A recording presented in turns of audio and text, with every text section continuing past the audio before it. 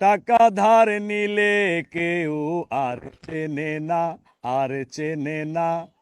একেবারে নিলে দেওয়ার ঠিক থাকে না। ফোন ফোন ধরে না, মেসেজ দিলে দেখে না, খুঁজিয়া পাওয়া যায় না, আজব নমুনা।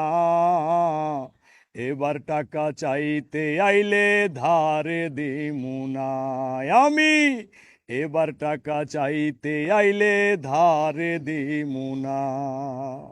টাকা ধার বিষয়টা আমাদের দেশের একটা সমস্যা, সামাজিক সমস্যা বলা যায়। টাকা ধার দিলে যে সমস্যাগুলো সৃষ্টি হয়, এই সমস্যাগুলোর উপর ভিত্তি করেই আমার একটি গান সমস্যা বিষয় নিয়ে।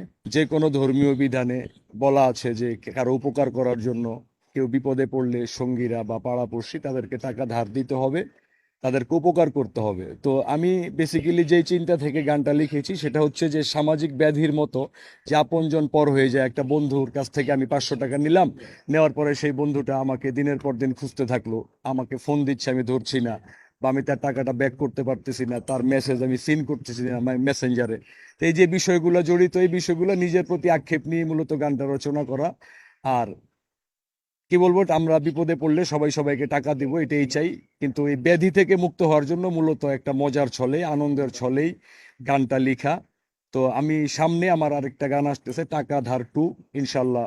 সেটা যদি মালিক আমাকে বাঁচায় রাখে, সেই টাকা ধার 2-এ আমি বলে দিব যে টাকা ধার নিলে কি কি সমস্যা এবং কি করতে হবে আমাদের, সেটা আমি আবার বলে দিব।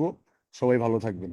টাকা ধার নিলে কেউ আর চেনে না, আর চেনে না। একেবারে নিলে দেওয়ার ঠিক থাকে না। ফোন ফোন ধরে না, মেসেজ দিলে দেখে না, খুঁজিয়া পাওয়া যায় না, আজব নমুনা। এবার টাকা চাইতে আইলে ধারে দিমু না আমি, এবার টাকা চাইতে আইলে ধারে দিমু না।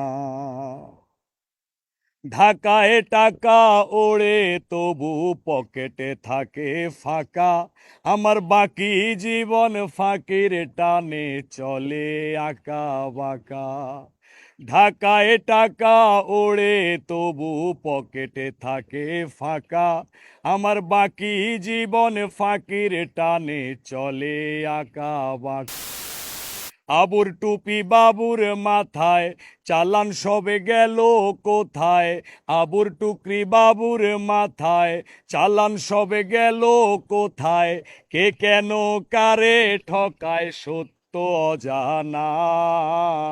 এবার টাকা চাইতে আইলে ধারে দিমু না আমি, এবার টাকা চাইতে আইলে ধারে দিমু না।